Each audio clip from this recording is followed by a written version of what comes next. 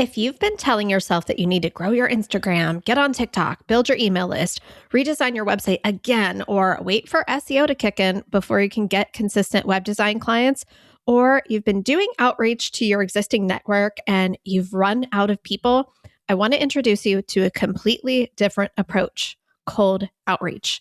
And before you stop listening, I promise it's not what you might think. I get a bajillion email outreaches a week in my inbox from strangers, and 99% of them go straight into the trash.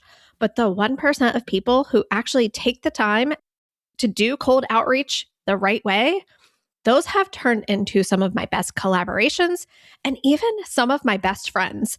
And for me, my willingness to reach out and connect with people I don't know in person in a really authentic and strategic way, my business would not be where it is today without it.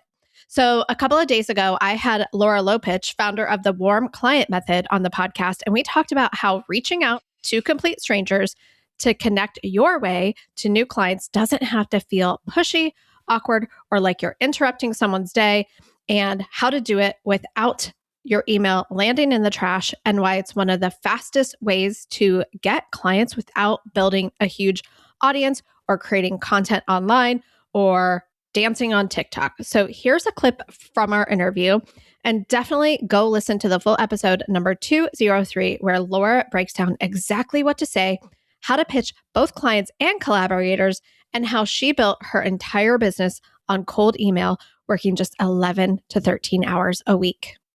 What are some of the reasons why people avoid outreach, warm or cold? That's a good question. I would say it comes down to this fear of standing out.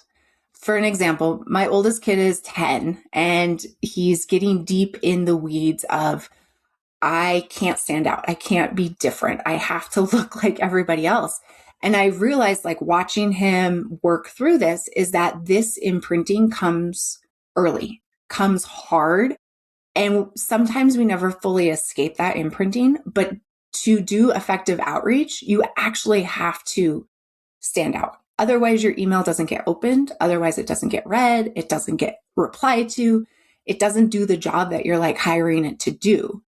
And so that feels very scary, because essentially you're standing out from the crowd. It feels like you're making a target of yourself, but it's not as scary as our brains tend to like make it. Our brains make up this whole story of like, oh my gosh, you're going to be excommunicado. They're going to stone you. Like all of these old stories that are legit and have happened in the past for people who have dared to stand out, but they all come up. And we don't ever realize that these stories are coming out, and then that they're suddenly driving the car and preventing us from doing the one thing that actually makes a big difference. And I think the market is finally headed in this direction of relationship building because of like these different things that have happened over the last 5 years of COVID and like a more drive toward community and connection. And then AI coming on the heels of COVID, where suddenly we're in this economy and this market of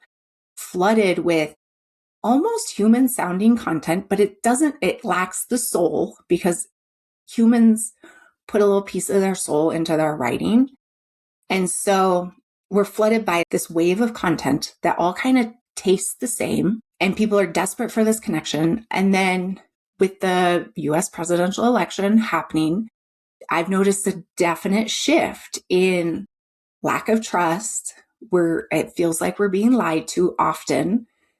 And I think all of those things combine to everyone wants to return to something that feels real, that feels good, that feels satisfying.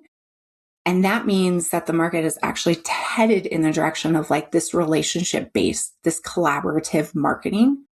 Because essentially when you reach out to borrow a partner's audience, you're actually borrowing the trust that partner has with that audience. And then you like shower yourself in this magic fairy dust because your partner trusts you. And they say, hey, listen to this person. This person knows what she's talking about. And that voucher gets you in the door, and it bypasses a lot of the other parts. But I do see like the market shifting in this direction. So I would say if you've been doing partnership pitching, if you have been doing this relationship first, collaborative marketing in your business, lean more into it.